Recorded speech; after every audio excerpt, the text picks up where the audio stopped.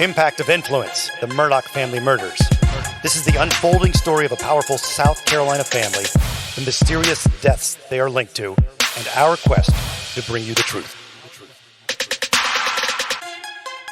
Hello, friend. So grateful you're spending time with us. Matt Harris and Seton Tucker back at it with more Murdoch stuff. We should tell you, we're going to continue the updates of anything Murdoch, even though we have the side podcast about Shanquella Robinson going on right now, which hopefully you're following.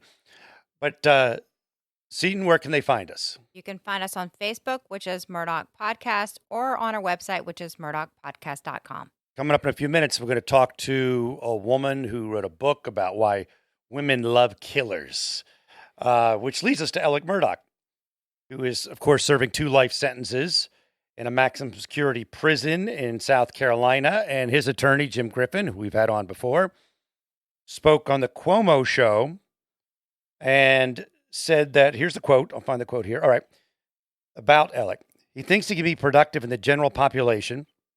He'd rather take his chances on the yard than rot away in a cell, to be honest with you, Griffin told Cuomo. He wants to contribute. There's a lot of things he can do in the general pop. There are programs he can assist with. Interesting. Yeah, I mean, I would think that maybe being in this protective unit, you would be very isolated, and maybe he would like to have some other contact with just people in general. I did notice that the warden said in that interview, I think, that he had been receiving threats, but I guess Alex did not receive any direct threats that he was aware of. Not direct threats, but they've heard about threats. And Griffin said anytime you're in prison and you're a name like he is, you're going to be challenged. But he was able to overcome and develop relationships, and he was productive in the county jail. Of course, now he's in a different jail. Also, Murdoch news is about the fact that some of the dates are now being released of when these other players in this whole thing will occur. There was a status conference, I believe, on Friday in front of Judge Newman. Good old Judge Newman. He's handling all this stuff. They've cycled it all through him. And let's start with, well, of course, might as well start with Alex Murdaugh. And he has 102 criminal charges. These are not the murders, too. These are just 102 separate ones. And he did not attend this status conference. Nor did his attorneys. Judge Newman said that they might hold a separate status conference by telephone with Griffin and Murdaugh's defense team. And that could happen, they're thinking maybe October. Now, the state versus Corey Fleming.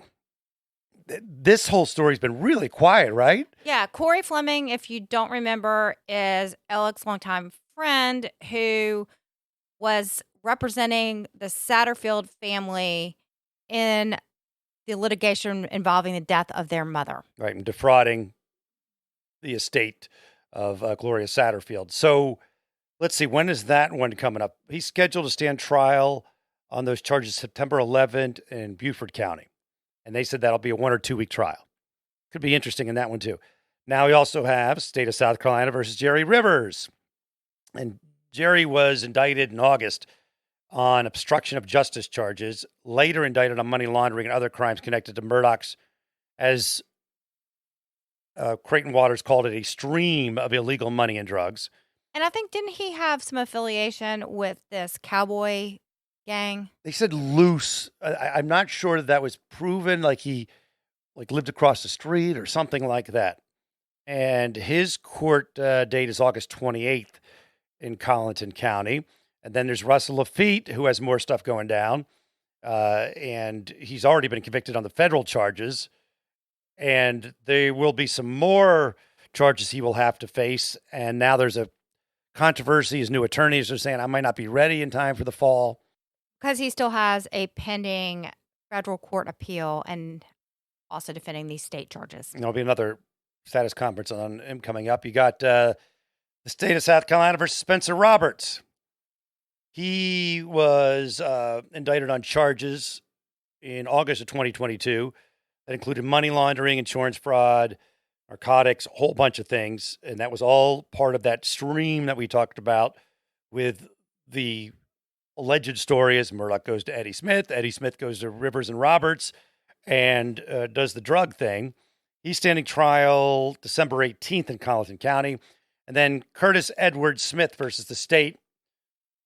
Cousin Eddie, we know you should know by now, he was indicted along with Murdoch in this assisted suicide insurance scheme. Now there's been also narcotics charges and drug crimes in a multi-county area related to oxycodone. And was he trafficking it? He also had some possession issues. It will be really interesting to see if there are any plea deals that happen with these folks, and also what plays out with these financial crimes, and maybe we get some answers on where all the money's gone. And Eddie Smith has been very cooperative, they say, and he's also pretty sick.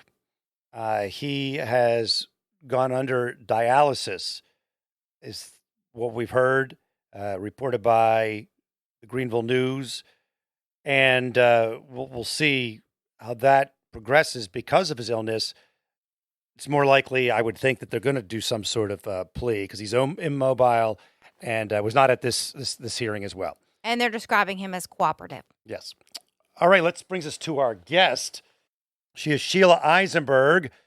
She's been a writer in one way or another since she was 15-year-old high school sophomore. She's published 4 biographies, and she's also wrote 2 editions of the groundbreaking pop psych true crime book, Women Who Love Men Who Kill. It's on Simon & Schuster and Diversion Books. She has also worked as a reporter, press secretary, college instructor, organizer for New York Radical Feminist, media director for the Woodstock Comedy Festival, and more. And we are pleased to welcome Sheila Isenberg to the show. And Seton, fire away. Sheila, we are so excited to have you on as a guest. And I kind of wanted to start out with what made you interested in this subject about why women form these relationships with men in jail. I did not really get interested in women forming relationships with men in jail. I started out, and I continue to be interested in women getting into relationships with convicted murderers in prison, which is different. In other words, I'm not interested in anything like a woman who's got a relationship with a bank robber or a kidnapper or a carjacker, only with a man who's in prison for murder, so he won't be getting out. He's got a life sentence. When you first began this journey, how were you able to get interviews with some of these women? Did you have to work it, or did you did they right away want to talk? Well, first of all, I wrote the first edition of the book in 1990. So that was before the internet. And as you can imagine, I had to slog through my research. It was all footwork and grunt work, and finding people without the internet was really hard. I went to the individual prisons. I talked to the wardens. I talked to state officials. I put ads online. Back then, they had support groups for women who were married to or in love with prisoners. I went to those groups. I told them who I was, and I asked them if they wanted to talk to me. And I just really did an enormous amount of footwork to find these women. And then once I found them, I had to convince them that I was someone they would want to talk to. So it was an enormous amount of footwork. Wow. What can I tell you? The second edition, which was published last year, was so much easier to do because of the internet. I bet. Yeah. What were some of the reasons that these women started relationships with these men? Well, they didn't tell me the reasons. Wow. I had to figure it out myself. Nobody said I started a relationship with a convicted killer because of XYZ. I had to interview 36 women for the first edition, which I did. And then I developed a theory on my own based on these interviews because they all had a lot in common. And I developed a theory and wrote it in the first edition. And that's how I became an expert on the subject. I'm going to say, first of all, I'm guessing that the women might come from different backgrounds and things, right? But yet there's Yes, still yes, a commonality in another way, yes, right? So explain that. exactly. They all came from different backgrounds. They had different education levels, different occupations. Some were married, some were single, some had children, some did not. One thing they did have in common, and this is always very interesting, is that the majority of them were Catholic. Hmm. So I'm not a theologian, so I never interpreted that because I don't know what it means, but I included that in the book. But what they all had in common, which was glaring at me when I interviewed them, was that they had all been abused women in the past Hmm. in different ways. Some of them, a small number, thankfully, had been sexually abused as children. Another group had been sexually abused as adults. A large number of women had been physically abused either by their parents, usually their fathers, or by their earlier relationships if they had been married in the past or had boyfriends. They were victims of domestic violence. I don't call it domestic violence anymore. I call it domestic terror Hmm. because that's what it is. Some of them had not been sexually abused or physically abused, but had been psychologically abused. But every single one of these women was a victim of abuse and had been hurt in the past. You talked about how technology changed your research in your second book. And I wanted to Yeah. talk a little bit about how technology changed with how these women communicated with the men in jail and how they found them. Well, in recent years, many prisoner pen pal websites have sprung up. And I talk about them in the book and I name some of them. And the most common one, or the most popular one, shall I say, is called writeaprisoner.com.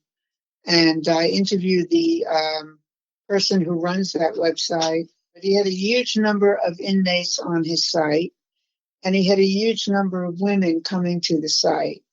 And these prison pen pal websites, they're very interesting because the men pay a nominal fee to join. They can put their profile on the site. They can write a biography of themselves and put their photograph up. Now, the biography, of course, will not necessarily be the unvarnished truth. They will write things like, I love to go into the woods, I like bird watching, things like that, all things that they can't really do anymore. Maybe they did it in the past. I don't know. I'm not accusing them of lying necessarily, but they paint a nicer picture of themselves. They do have to acknowledge the crime that they're in for. That's one of the prerequisites of these websites. They put their biography and their picture up for a nominal fee. Then the women go on the website and they scroll through the bios and the pictures and they pick the men they want to communicate with. They write an email. They send it to the website.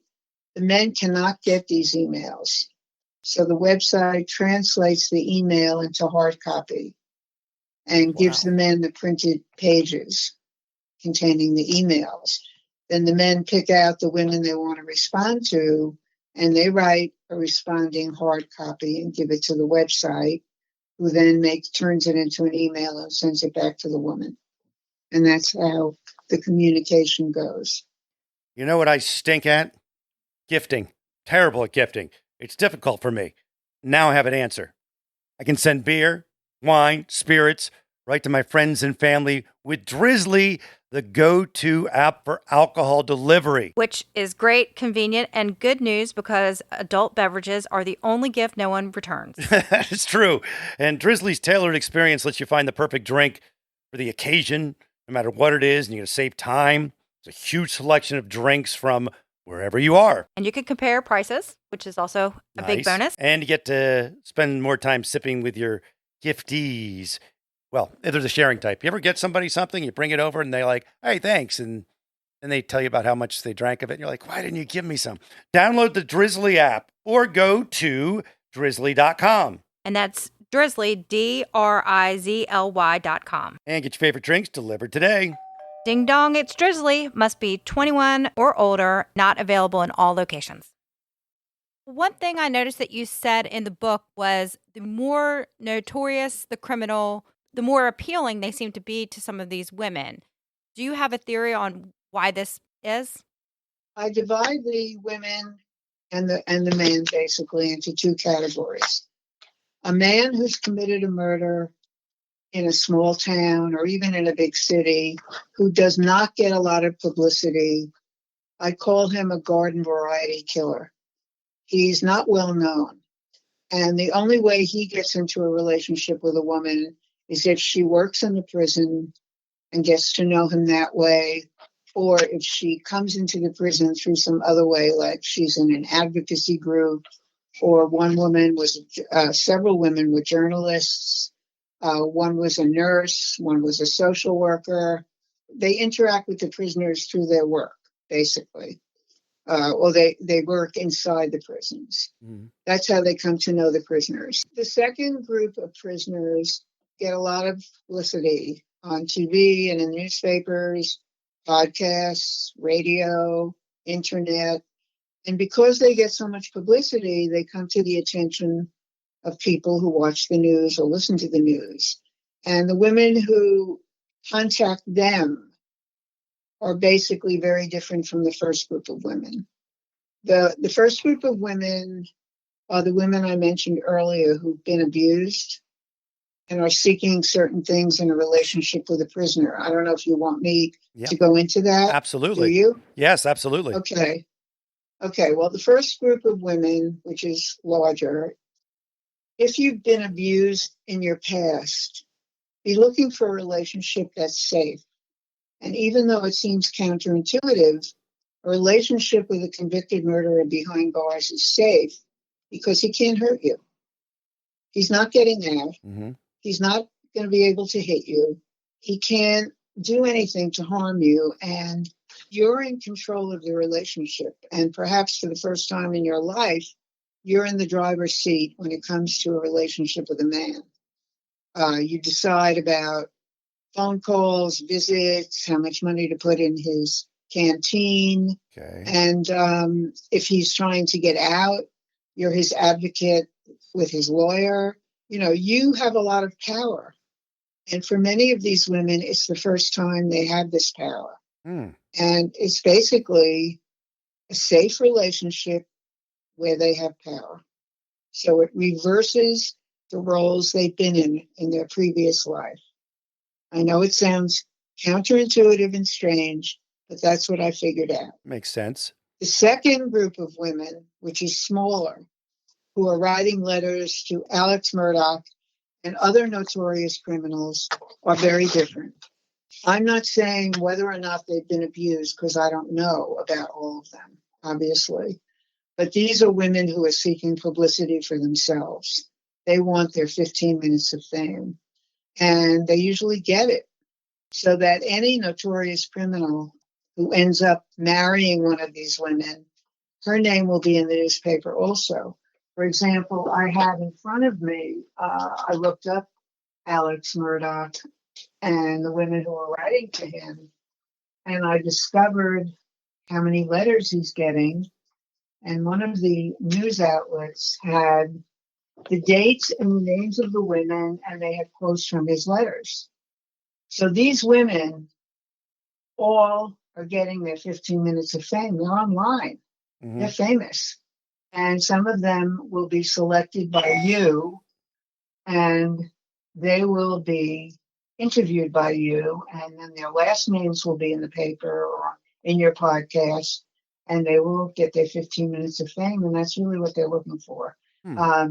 I write a lot in the second edition about people's need to be acknowledged as individuals and to be important and not to just be anonymous. And this helps with that.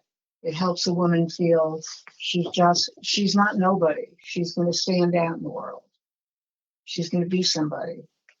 And the fact that she's going to be somebody by being the girlfriend of or the wife of a serial killer or someone who murdered his family or one of those heinous murderers takes second place to the fact that it gives her a sense of importance. Some of these women will try famous killer after famous killer after famous killer till they find someone. Is that true, or do you know? Some of them, yeah. I mean, I don't really know the answer to that for sure. I've never really followed a single woman writing to a notorious killer, Right. see if she writes to another one. But I do know of a few cases where a woman got involved with a notorious murderer, and then when that didn't work out, went on to another one. Yes. It seemed to me that loneliness seemed to be another factor of these women communicating with these men. Which ones? The ones with the notorious killers? Or any of them. It seemed like women who are reaching out to these murderers in jail seemed that a lot of them seem to be lonely. Well, if you get down to the most basic things, we all have a human need to be loved and to be in a relationship, right? Mm-hmm. So some women are lonely and some women are bored. And I've had women tell me they were bored, so they started scrolling through writeaprisoner.com. I've had women tell me they were, lonely, looking for love. And if you can't get it in real life, maybe you go to a dating website, or maybe you go to a prison pen pal website. But it's all part of the human condition. Everyone wants to be in a relationship. It's the pressure that we put on people to be in relationships. And it's not just pressure, it's also the human need to be important, to be cared about by somebody, to be someone's significant other. And also, we look at these women and we say, wow, what's with them? And, a lot of people dismiss them as crazy, which I definitely do not, obviously. But if you think about it, think about your best friend and think about the man or the woman that he or she is in love with. Have you ever said to yourself, what does she see in him? Or what does he see in her? And you're baffled, right? Right. So this is the same thing, only on a different level. What does the woman writing to Alex Murdaugh see in him? Well, we don't get it. But what we can get, if we really examine it, is she's lonely, she wants to be loved, and maybe she was one of those abused women, and she wants to be known. She doesn't want to live and die in anonymity. So if she can get Alex Murdaugh to marry her, her name's going to be in the paper. She's going to be somebody. It seems like a lot of these women are convinced that the men that they're in these relationships with are not guilty of the crime, or there's some sort of justification for the crime. Yeah. Do you think these women really believe they're innocent? They really believed that the men were, if not innocent, then in some way the crime was explainable. I had a woman tell me that, oh yeah, he pulled the trigger, but that's because someone bumped into him. Oh, jeez. Or he was drunk, or he was on drugs, or his friends made him do it, or he was young. Or the biggest one of all is he did do it, but now he's in prison and he's found God. He's a changed man. Or even if he didn't find God, he's a changed man. He's grown up. He's different. He's not the same person. There's all kinds of justifications for it. Sometimes, like Ted Bundy, I don't know if you know this, but he got married while he was on trial. Do you know that? I read that, yes. So then, but Carol Ann Boone, she truly believed that he was innocent. But later on, when she realized that he wasn't innocent, that he was guilty, she divorced him. Oh, so I didn't know that. Yeah, usually these women will find either some proof in their minds that he didn't really do it, he didn't really mean it. There were justifying or mitigating circumstances. But when they can no longer believe that, and they are faced or confronted with the fact that, hey, this guy really is a killer, then they get rid of him. Do they have any interest in having sex with these guys? Oh, that's a really good question. The 30 women I interviewed, or 36 women I interviewed, had no interest in sex. As a matter of fact, the no sex thing was a big part of the relationship. I write about it in the first edition. I call it the King Arthur Knights of the Round Table thing, where the woman's up on a pedestal and he's writing love letters and poetry, and he's worshiping her from afar, but that's about it. A lot of these women like the fact that these men had nothing else to do than just think about them. Yes. And focus their attention 100%. Yeah, it was pure romance. I write about romance with a capital R, it's where else can you get someone to give you that much attention? This is true. Yeah. You don't have to worry about him cheating on you either. Right? Exactly. Exactly. You don't have to worry about anything. Right. Except helping him get out of prison if that's what you want to do.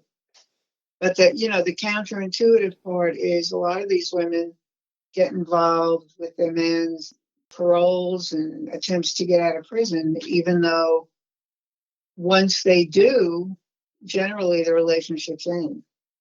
Oh, never thought about that. Because the relationship can only flourish while he's inside prison, because the prison walls create the environment within which she's in control, he can't hurt her, and all of the things I discussed. I found your book so fascinating. Matt, do you have anything else to ask her? No, this has been great. We really appreciate taking the time to talk to us, and sure. Hopefully people will pick up the book. So thank you so much. You're so welcome. I really enjoyed your book, and thanks again for coming on. Oh, thank you. You're welcome. Sheila Isenberg, that's Isenberg with an I.com. And the book, Women Who Love Men Who Kill, 35 True Stories of Prison Passion. And you can find it on Amazon. I listened to it on Audible because I had a lot of driving to do. And we're going to talk about your chili, because during the Alex Murdaugh trial, there was a lot of talk about dead hogs and hog hunting and the wild boar meat that comes along with it. And so you found some wild boar. Yes, I was in the grocery store the other day, and I was shocked to see that they had it just a package of wild boar meat. And it actually came from Texas, not South Carolina. But I left it that day. I said, no, I don't think I can do it. But then I just kept thinking about it. So I went back to the grocery store and I got the wild boar meat and said, I'm going to try to make some chili out of this. So I did yesterday. Yeah, and? Well, it was too gamey for me, but my husband and son really liked it. My daughter refused to even try it.